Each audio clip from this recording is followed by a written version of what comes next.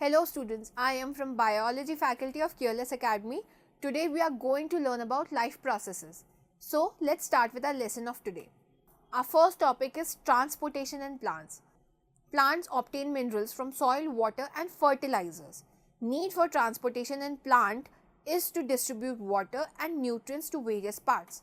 Now transportation in a plant is a method of circulation of water and minerals from soil throughout the body of a plant. Vascular tissues in transport. Vascular tissues like the xylem and phloem helps in the conduction of water, minerals and nutrients throughout the plant's body. First, let's talk about xylem. Now, xylem is the vascular tissue extending from top to the bottom of the plant. Xylem tissue is present in the roots, stems and leaves. It helps in the transport of water molecules and dissolved substances from root hairs to the aerial parts of the plant. Xylem mainly comprises of trachees, vessels, xylem parenchyma and xylem sclerenchyma. The transport in xylem is unidirectional. Xylem mostly occupies the center of the vascular bundle. The xylem transport water and minerals from roots to the leaves.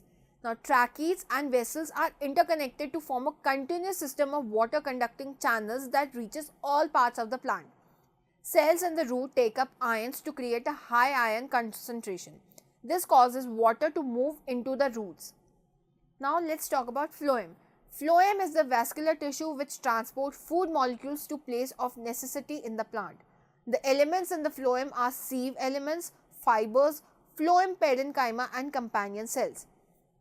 Transport in the phloem tissue is bidirectional. It forms vascular bundle in association with xylem.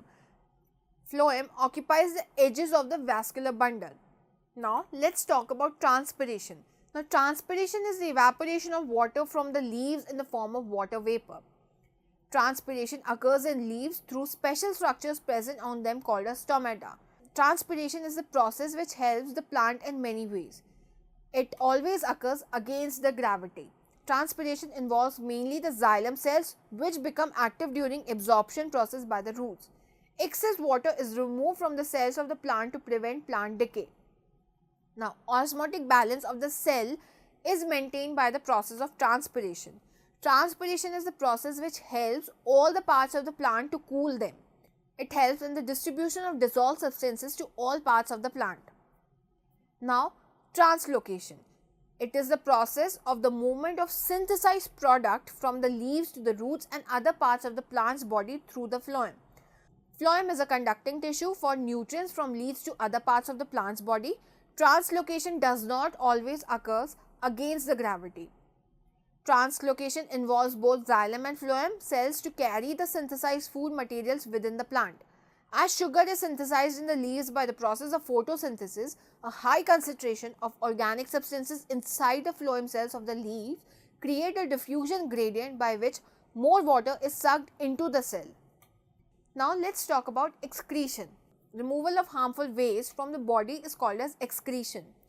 Many wastes are produced during various metabolic activities. These need to be removed in time because their accumulation in the body can be harmful and even lethal for an organism. Now, human excretory system. The human excretory system is composed of a pair of kidneys. A tube called urethra comes out of each kidney and goes into the urinary bladder. Urine is collected in the urinary bladder from where it is expelled out through urethra and as when required. Kidney. Kidney is a bean-shaped organ which lies near the vertebral column in the abdominal cavity. The kidney is composed of many filtering units called as nephrons. Nephrons is called the functional unit of kidney. Nephron, it is composed of tangled mass of tubes and a filtering part called as glomerules. Glomerules is a network of blood capillaries to which renal artery is attached. The artery which takes the blood to the glomerules is called as efferent arteriole and the one receiving the blood from the glomerules is called as efferent arteriole. Glomerules is enclosed in a capsule-like portion called as Bowman's capsule. The Bowman's capsule extends into a fine tube which is highly coiled. Tubes from various nephrons converge into a collecting duct which finally goes to the ureter. Now, filtration in glomerules. Filtration happens because of very high pressure inside the glomerules. The lumen of efferent arteriole is smaller than that of efferent arteriole. Due to this, the blood entering the glomerules experience very high pressure, and due to this, the waste products are filtered out through the membrane of capillaries in the glomerules. The filtered blood is sent to the systemic circulation through efferent arteriole, and the filtrate goes to the Bowman's capsule. This is how urine is formed inside the kidney.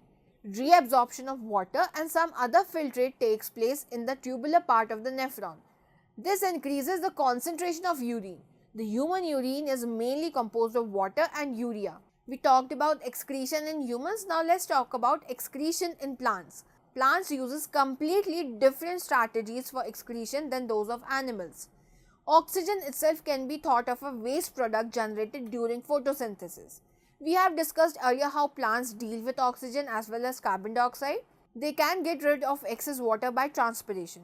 For other ways, plants use the fact that many of their tissues consist of dead cells and that they can even lose some parts such as leaves. Many plant waste products are stored in cellular vacuoles. Waste products may be stored in leaves that fall off. Other waste products are stored as resins and gums, especially in old xylem. Plants also excrete some waste substances into the soil around them. So students, this was all about the life processes. I hope you enjoyed learning this lesson, and if you have any more doubts, you can go to the following link.